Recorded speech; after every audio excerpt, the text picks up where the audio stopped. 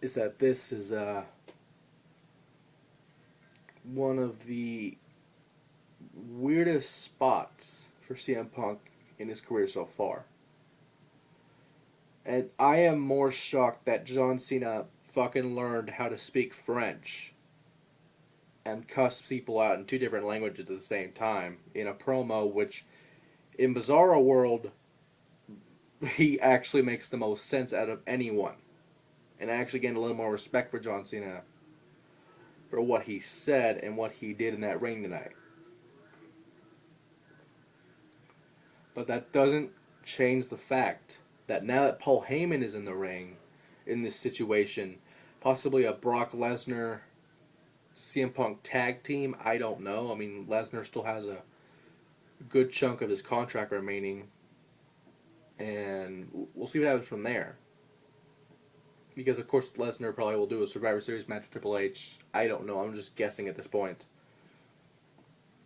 But for the time being, manage the Paul Heyman guy,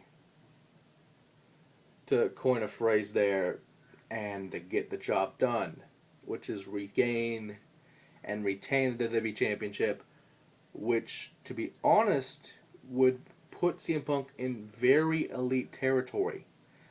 Now, I don't think he'll ever break Bruno Sammartino's 8-year reign as champion, but this is a very, very long reign, and you don't see this often. I want this to continue. I want him to prove that he's the best in the world like he says he is, and which we know he is. And I want this to actually have some sort of climax at a WrestleMania or a big pay-per-view, which I'm not saying not James isn't big.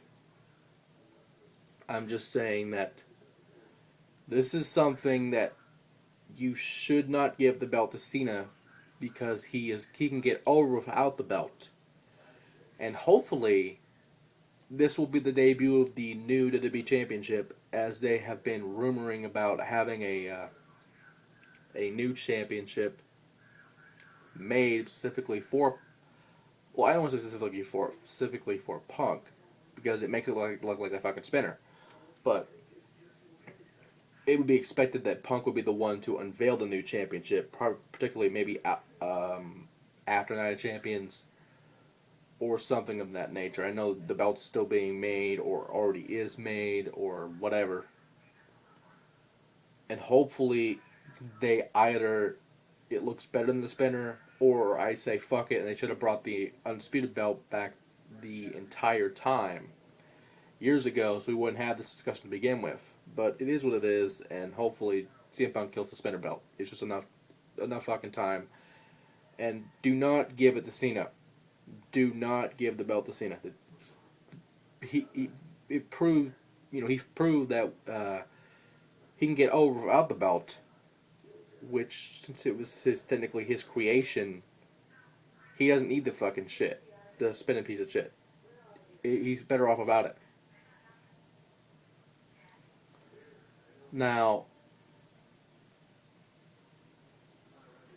the next match we've already gone over as well. Sheamus with Del Rio, but with Raw and SmackDown, this is interesting because Booker T, Berto Del Rio, not Bertie, but Ricardo, getting blasted with a brogue kick, and with the involvement of David Otunga as legal counsel for Del Rio. And I'm not a lawyer, so whatever Otunga's doing is working. And at this point, Booker T bans the brogue kick to be used. And tonight, Sheamus uses the brogue kick on David Otunga after a hilarious segment in Montreal about Sheamus Lipschitz, or whatever he called himself. Now, that being said, that was gold in itself. Being a Jewish Irishman was hilarious. And it got the crowd going, and fucking Montreal has one of the best crowds of all time, in my opinion. But that was just hilarious. But then he used the bro kick on Otunga after the match, which he used the clover leaf, which is very interesting. I haven't seen him use that in a while. Well, I have, but like not recently.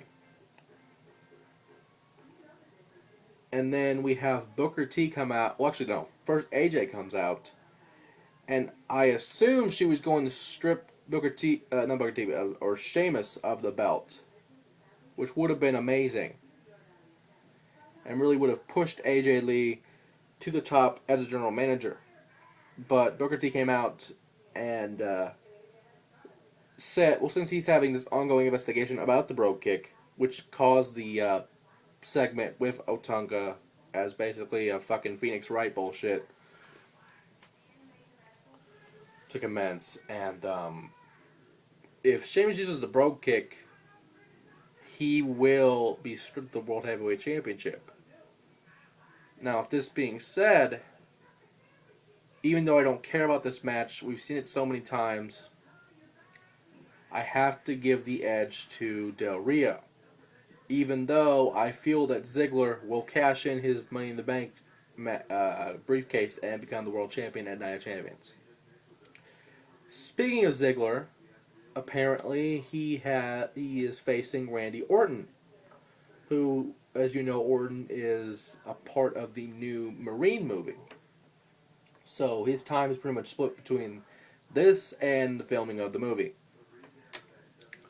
So this is very easy. Ziggler will win this match. Either he wins it and cashes it in, or he loses and still cashes it in and wins. So this one's really simple. Speaking of that, the Tag Team Championships were supposed to be the Primetime Players versus R-Truth and Kofi Kingston, but AJ Lee, great booking by AJ Lee, by the way, but with this, R-Truth and Kofi Kingston now face the team that defeated the Primetime Players this night on Raw. The team of Kane and Daniel Bryan. This is probably... Excuse me. This is probably one of the best teams or mixed pairings in general I have seen in a very long time. What I was thinking, maybe just fucking do the Arlie's music and just do a fucking Yes remix of that, and that's their fucking theme as they come out together for no fucking reason, holding hands and shit, hugging, because of this anger management shit. And I do want to say that The Miz probably was one of the best commentary people I have seen in a very long time. Reminded me of Bobby the Brain Heenan a little bit. But staying on track here with Kofi Kingston and R-Truth with Little Jimmy at ringside,